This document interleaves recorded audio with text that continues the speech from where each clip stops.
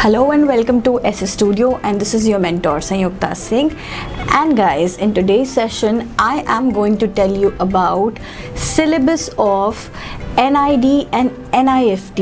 Yes guys, both CAT Creative Ability Test, the CAT part, and the General Ability Test, the GAT part. So do not forget to watch this whole session. जब भी आपको पूरा का पूरा समझ में आएगा कि किन किन पार्ट्स में एंड किन किन सेगमेंट्स की आपको तैयारी करनी है from the CAT and the GAT portion. Also अगर आपने मेरा चैनल सब्सक्राइब नहीं किया है गाइज, तो सबसे पहले जा कर के subscribe the channel and hit the bell icon for notifications, because आगे आने वाले जो एस्पिरेंट्स हैं 2021 के लिए, उनके लिए ये पूरा का पूरा सेशन, पूरा का पूरा मेरा channel SS Studio is going to be very very helpful and informative at the same time. So let's get started to it.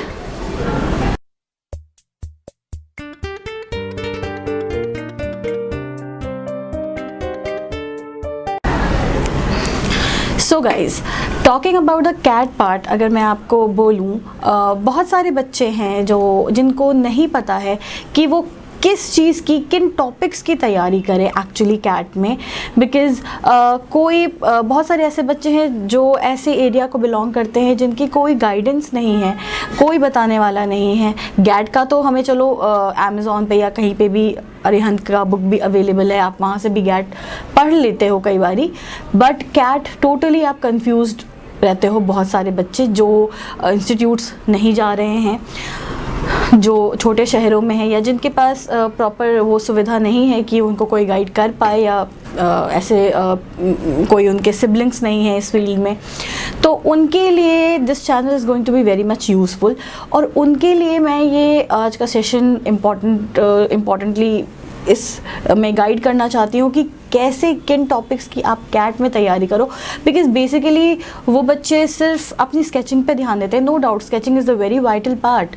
अगर स्केचिंग ही नहीं होगी, ABC ही नहीं होगा, तो आप डिज़ाइनिंग में कहाँ से आओगे. आपको अपना वो पार्ट थोड़ा तो स्ट्रॉन्ग रखना पड़ेगा in the way of conveying, not in the way of fine arts. ऐसा कहीं नहीं है कि बहुत ब्यूटिफुल पिक्चर्स ड्रॉ करते हो, बहुत ब्यूटिफुल स्केच है आपका, जब भी आप इस फील्ड में आ सकते हो. एज मैंने अपने प्रीवियस सेशन में आपको समझाया है, जो डिफरेंस है एक डिज़ाइनिंग के बच्चे के लिए जो वो डिज़ाइनिंग फील्ड में आना चाहता है, और एक उस बच्चे के लिए जिसकी ड्राइंग बहुत अच्छी है, आर्ट बहुत अच्छा है, इसलिए वो आना चाहता है. So there is a difference. आप उसके लिए मेरा प्रीवियस सेशन देख लेना. So talking about the CAT part, सबसे पहले तो मैं आपको बोलूँगी, अगर पहले मैं निफ्ट के बारे में बात करती हूँ, फिर मैं NID के बारे में बात करती हूँ.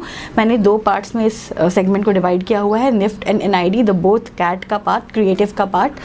सो talking about NIFT, there are only 5 to 6 topics which is very very much important if you are going to appear for NIFT 2021. not only 2021, जो पहले के भी बच्चे जिन्होंने अपीयर किया है और जो क्वेश्चन पेपर आए हैं पिछले 10 साल में, 12 ईयर्स में, इन्हीं 5-6 टॉपिक्स में से आए हैं.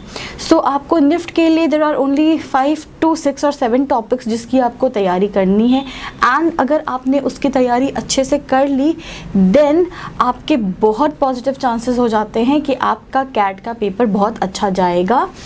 बिकॉज आपको पता होगा इन टोटल 70% वेटेज आपको कैट के लिए मिलती है. एंड अभी द 50% वेटेज इज़ गिवन. जो आपका फर्स्ट फेज़ होता है, रिटन होता है, उसमें आपको 50% वेटेज कैट के लिए मिलती है. तो जो अब मैं आपको टॉपिक्स बता देती हूँ कैट का, which is creative ability test for NIFT purposely. तो सबसे पहला जो क्वेश्चन आता है वो आता है ग्रिड्स का क्वेश्चन. ठीक है, ये आज से 15 ईयर्स से यही क्वेश्चंस आ रहे हैं. डिफरेंस क्या आता है, ग्रिड्स में डिफरेंस आते हैं. कभी हेक्सागोनल ग्रिड्स होते हैं, कभी रेक्टेंगल स्क्वायर ग्रिड्स होते हैं, कभी सर्कुलर ग्रिड्स होते हैं. तो ये ग्रिड्स का क्वेश्चन ही होता है. But the first question of grids, which is basically based on colour psychology and not colour theory. Yes guys, जो पहला क्वेश्चन होता है वो कलर साइकोलॉजी पे बेस्ड होता है।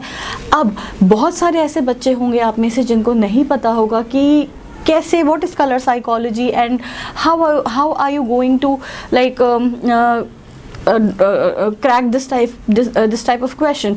तो मैं आपके लिए ये बता दूं कि मैंने अपने चैनल के थ्रू कलर साइकोलॉजी का पूरा सेशन अपलोड किया हुआ है। आप उस पूरे सेशन को देखो तो आपको थियोरेटिकली समझ में आ जाएगा what is colour psychology. There we talk about the psychology of colours. और मैंने कलर थ्योरी के बारे में भी बात की है, कलर थ्योरी का भी एक डिफरेंट सेशन मैंने डाला हुआ है। सो पहले तो मैं आपको यहाँ पे ये बता दूँ कि through my channel I am going to upload every CAT session for the aspirants of NID and NIFT both. So this channel is going to be very much useful for you.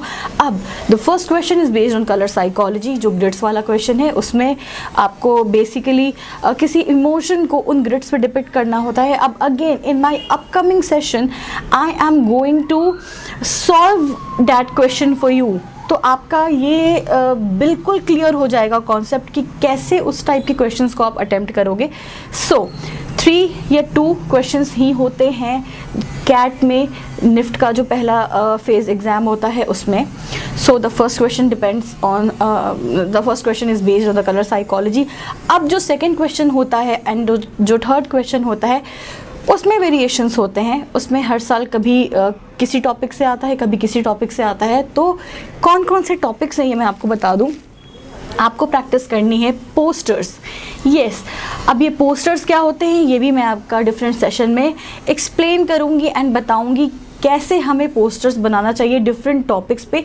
But basically poster सबसे ज़्यादा आता है आपका social issues पे, like child labour हो गया, rape culture in India हो गया, like save a girl child हो गया एंड वुमेन एम्पावरमेंट हो गया, या फिर हमारे जो लेटेस्ट टॉपिक है अभी का कोविड है तो कोविड के ऊपर कोई पोस्टर हो सकता है। What are the changes the world is going to face in this phase of COVID? तो ऐसे questions आपके posters में आ सकते हैं। So the second और third question can be based on posters. इसके अलावा ये जो question होता है ये stamps पे based हो सकता है, आपको एक stamp बनाने को आ सकता है। अब again स्टैम्प्स कैसे होते हैं, स्टैम्प्स होते तो बहुत छोटे हैं, आपको पता है 1 इंच बाई 1 इंच के अप्रॉक्सीमेटली साइज़ होता है स्टैम्प का। बट जब आप उसे पेपर पे बनाते हो then you are going to enlarge it and take the size big, क्योंकि वहाँ पे आप उसको एक आर्टवर्क के थ्रू रिप्रेजेंट करते हो। So I am talking about only NIFT के 4-5 टॉपिक्स, 7-6-7 टॉपिक्स जो कि आपको प्रैक्टिस करने हैं कैट के लिए। Which one is colour psychology, पहला हो गया।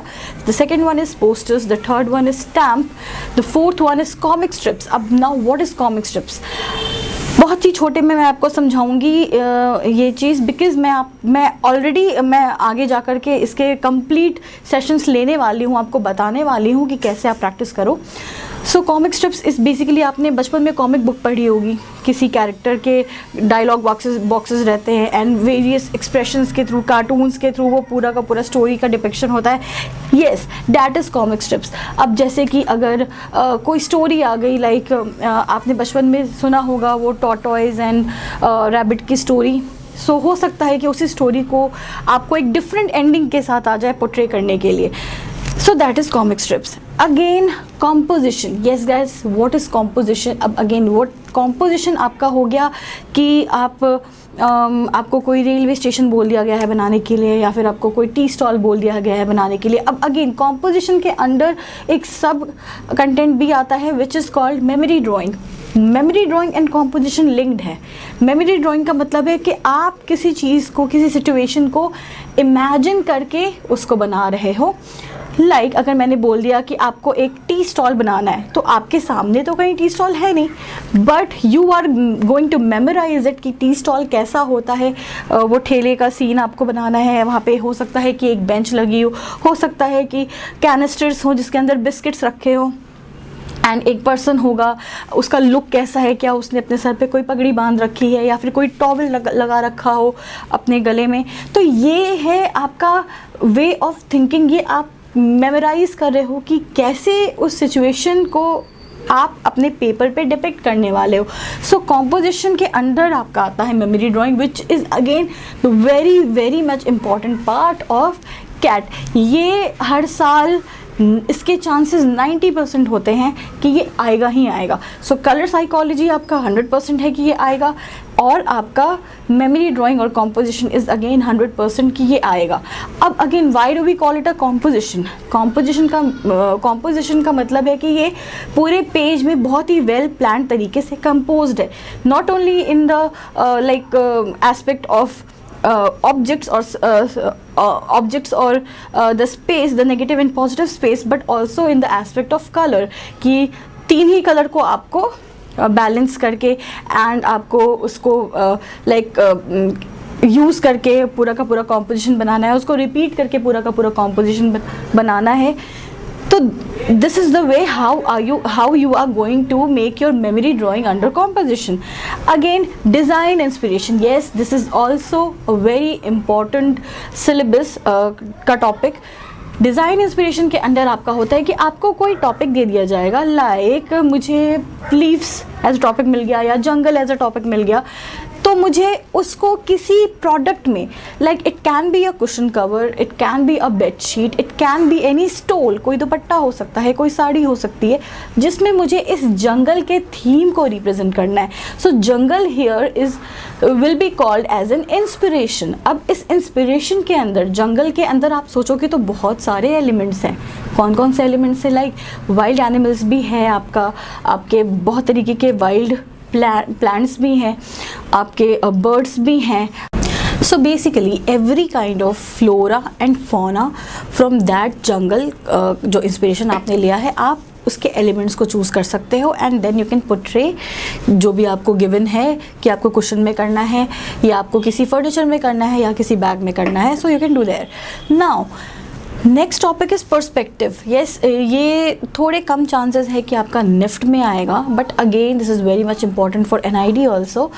तो जो बच्चे निफ्ट के लिए अपेयर हो रहे होते हैं वो एनआईडी के लिए भी हो रहे होते हैं, मतलब ये 70% चांसेस होते हैं।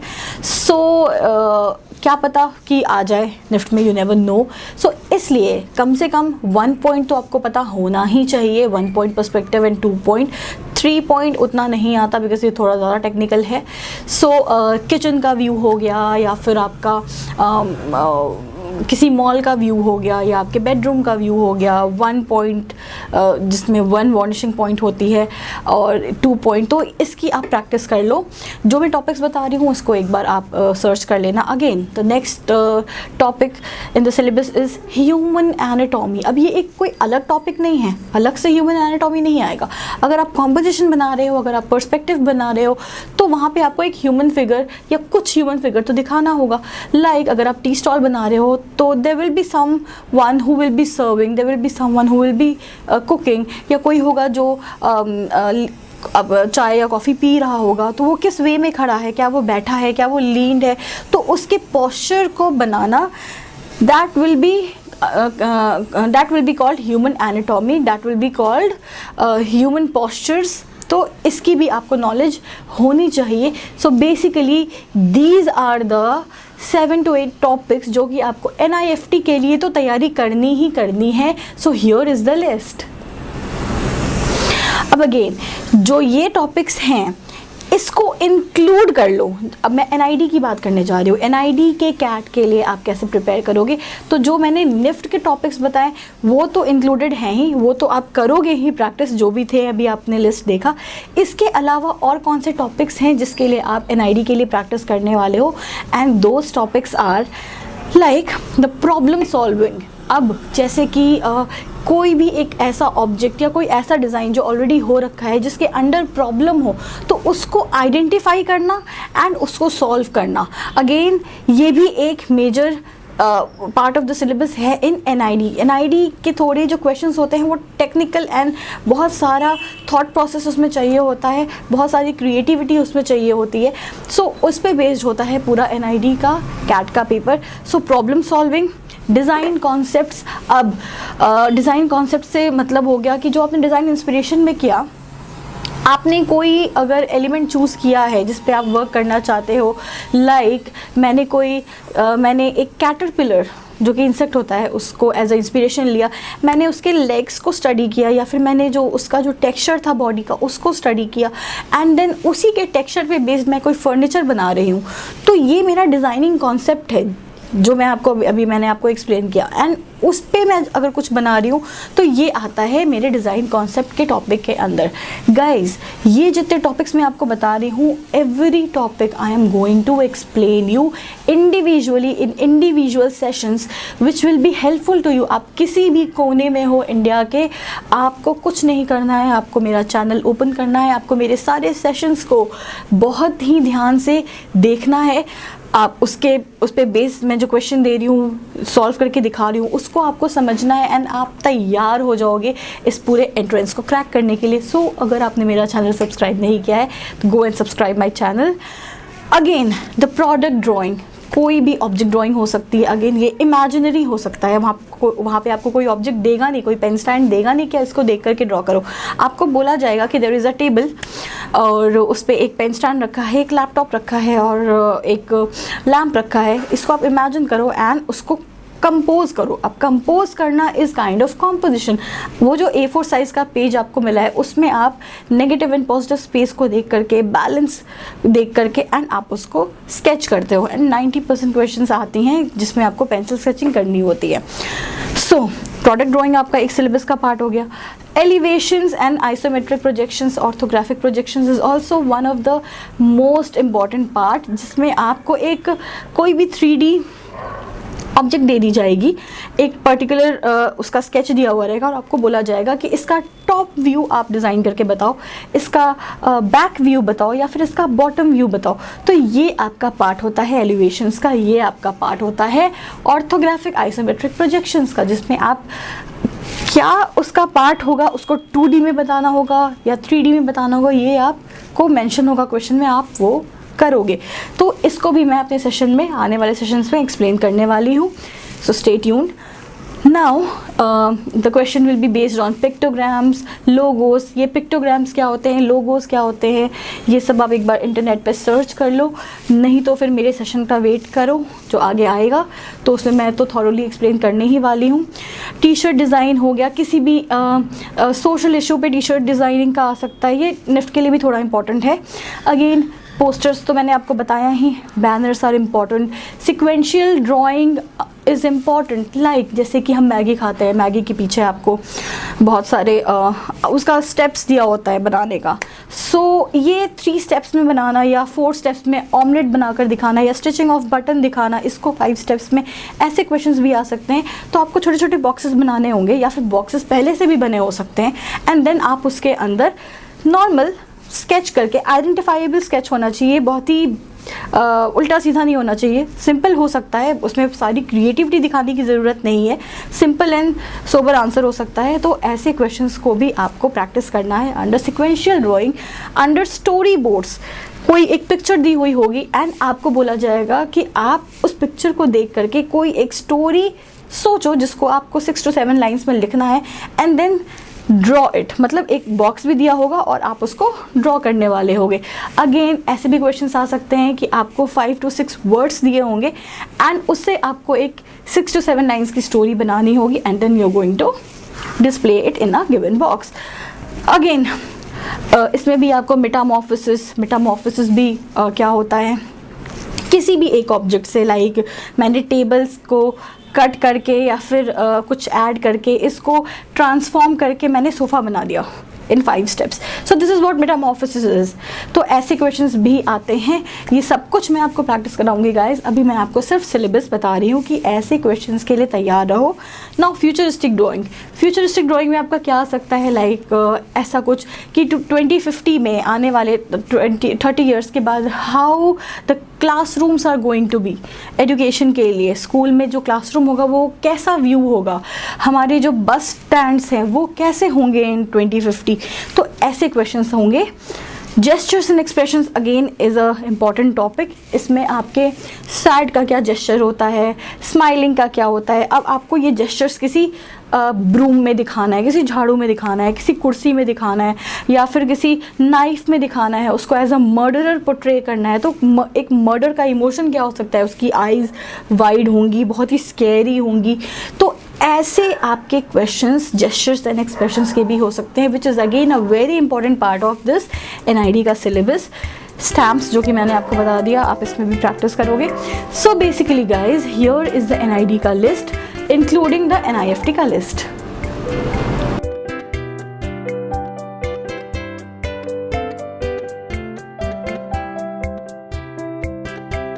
सो गाइस, अगर मैं गैट की बात करूँ which is general ability test, तो मैं आपको बताना चाहूँगी कि मैंने आपको बोला था इन माय प्रीवियस सेशन कि जो बच्चे अफोर्ड नहीं कर सकते किसी भी इंस्टीट्यूट को एंड बहुत ही ऐसे एरिया से बिलोंग करते हैं जो चाहते हैं इस फील्ड में आना, अपना करियर बनाना, but they are not able to do it, so in that case I am going to tell you कि see this was the Arihant book जिसकी मैं बात कर रही थी। ये बहुत इंपॉर्टेंट है and please ignore the barking. And अगर आप ने ये बुक ले लिया है तो मैं आपको बता दूं कि जितने भी इसमें सब टॉपिक्स हैं, ये जो बुक बनाई गई है ये इस पर्पज़ से बनाई गई है कि not only for NID, NIFT और IIFT, ये आप अगर बैंकिंग की तैयारी कर रहे हो या किसी भी सिविल सर्विसेज की तैयारी कर रहे हो तो भी इस बुक की उतनी ही इम्पोर्टेंस है फॉर द गैट पार्ट, क्योंकि गैट पार्ट जो है उसके जो क्वेश्चंस हैं वो थोड़े बहुत सिमिलर होते हैं। ठीक है, सो बेसिकली गैट में आपको क्या पढ़ना है ये मैं आपको बता दूं।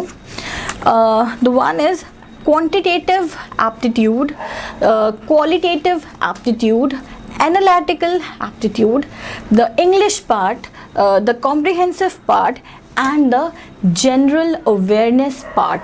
तो इसके अंदर आपके सारे के सारे टॉपिक्स दिए गए हैं। अब सबसे पहले अगर मैं मैथ्स की बात करूँ तो मैथ्स में आपका 9-10 का ही मैथ्स आता है, कोई 11-12 का मैथ्स नहीं आता, एंड वो बहुत डिफ़िकल्ट नहीं होता है कि आप नहीं पढ़ पाओगे या नहीं क्रैक कर पाओगे।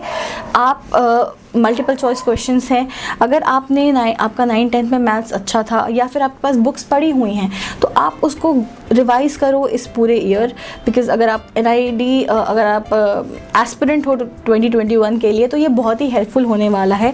अगेन न्यूमेरिकल एबिलिटी में जो क्वांटिटेटिव एप्टीट्यूड है उसके अंदर आप इन मैथ्स पढ़ने वाले हो number system, LCM, HCF, the simplification, the average, the problem based on ages, percentage, profit and loss, ratios, probability, geometry, mensuration, the time, speed and distance, data interpretation, and आपका आ जाएगा problem, work and time। ठीक है, तो ये सारे आपके topics हैं जो कि मैथ्स के अकॉर्डिंग आपका बहुत ज़्यादा इम्पॉर्टेंट है।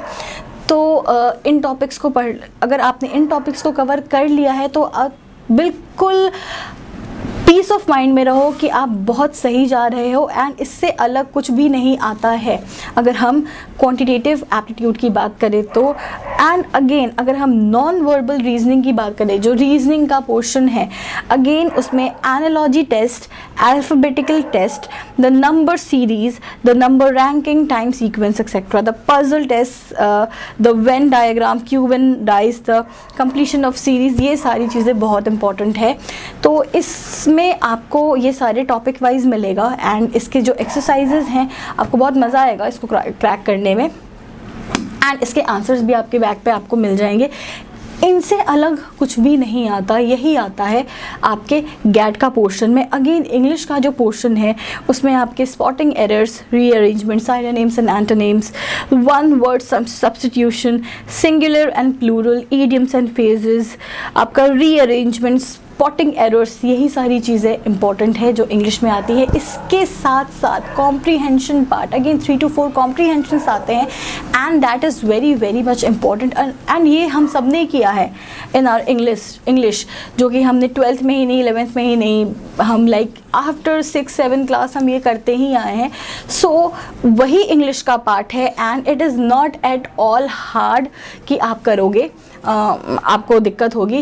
And there are questions of like maths में आपका 1-2 पार्ट ऐसे भी हैं कि एजेस वाला क्वेश्चन आता है, जिसमें बहुत ही लाइक वो क्वेश्चंस पजल्स वाले हैं कि आपकी एज इतनी है, आपके किसी सिबलिंग की एज उतनी थी लाइक 40 है, एंड देन किसी कोई आपसे इतना छोटा है तो फाइनल एज कितनी होगी। तो ऐसे ऐसे क्वेश्चंस हैं जो कि बहुत ही इंटरेस्टिंग भी हैं।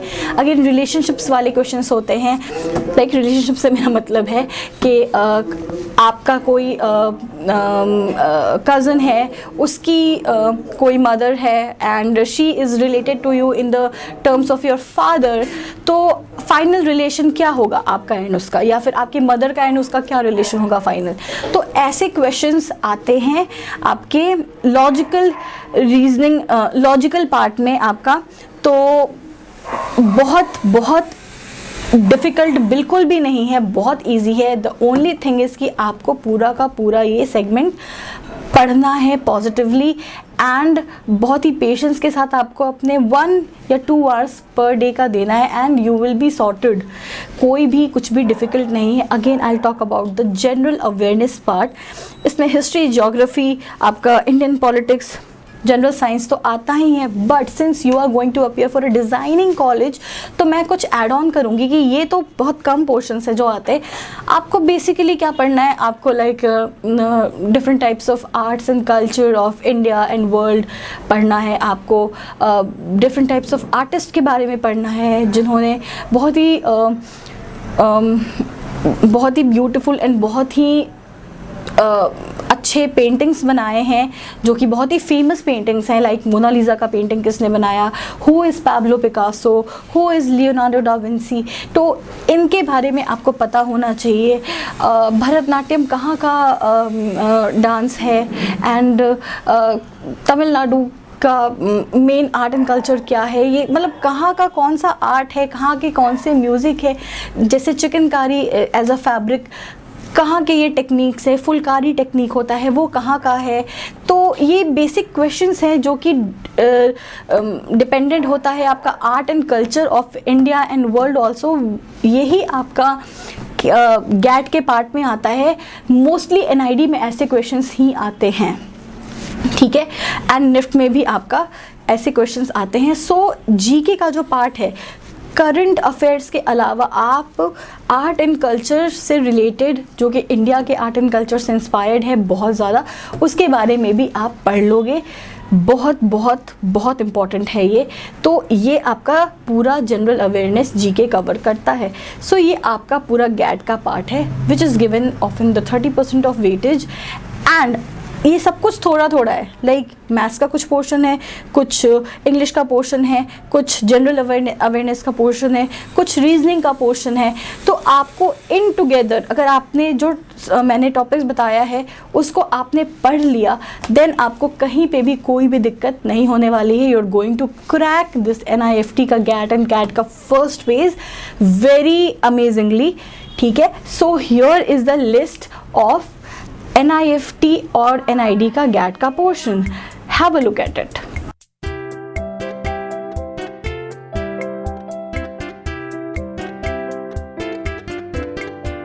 This was all about the CAT and GAT का portion of NID and NIFT। I hope कि आपको ये पूरा का पूरा सेशन समझ में आया होगा। एंड अगर आपके कोई भी डाउट है तो आप प्लीज़ कमेंट सेक्शन में जा कर के मुझसे पूछ सकते हो, इंस्टाग्राम एंड फेसबुक पे पूछ सकते हो। And if you want one-on-one session with me, a personal session on any topic, so go and fill the form which is in the description of my this video। वो आपको link मिलेगा, उसमें आप मेरा फॉर्म फिल करो। I will get in touch with you and do subscribe my channel अगर आपने subscribe नहीं किया है, बिकॉज इतने इम्पॉर्टेंट इन्फॉर्मेशंस, इतने इम्पॉर्टेंट सेशंस आपको और कहीं नहीं मिलेगा। and this is a initiative taken by me and my team, this SS Studio, for you people, not only you students who belong to a metropolitan city, but also for them who belong to that area जिनके पास कोई भी source नहीं है कि वो इसमें designing as a career के लिए तैयारी कर सके। तो ये उनके लिए है पूरा का पूरा मेरा चैनल। आपको बहुत बहुत इन्फॉर्मेटिव आपके लिए होने वाला है। So stay tuned for it and do subscribe my channel. Till then take care, bye bye.